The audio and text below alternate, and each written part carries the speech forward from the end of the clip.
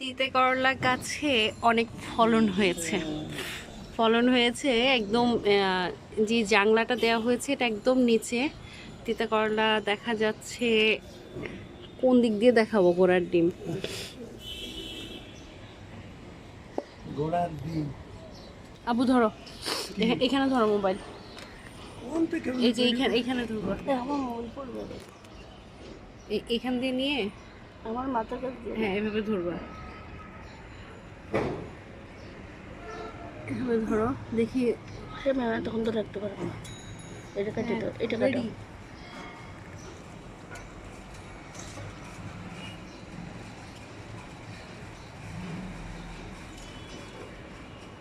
এটা আমি দেখতে পাচ্ছি না যদিও।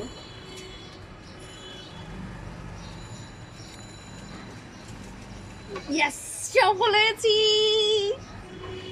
এটা দাও, এটা দাও।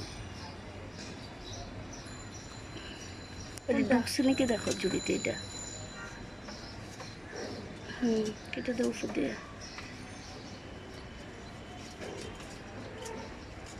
সুস্থ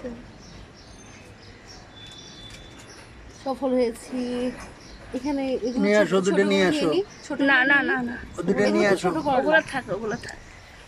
নাও, কি মোবাইল নিয়ে এখানে আছে, এখানে আছে। দাঁড়াও, এটা নিয়ে নাও না। মোবাইল নিয়ে আসবো? না থাক।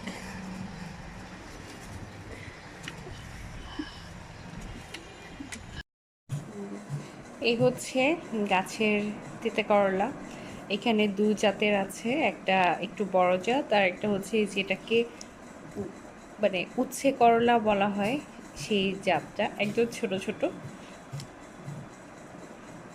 এটা একটু কালারটা চেঞ্জ হয়ে আসছিল। আসলে যতটুকুই হোক না কেন এটা একটা খুশি যে নিজেদের গাছের ফলন হয়েছে। এর আগে যতবারই তিতে করলা হয়েছিল আমাদের এই সাইজটা হয়েছিল ছোটটা, এবার বড়টা হয়েছে, এই জন্য একটু বেশি খুশি। যাই হোক, তিতে করলা ভাজি আর তিতে করলার মাছ দিয়ে রান্না দুটোই অনেক পছন্দের। আজ খাওয়া হবে কি দেখা যাক। বাই।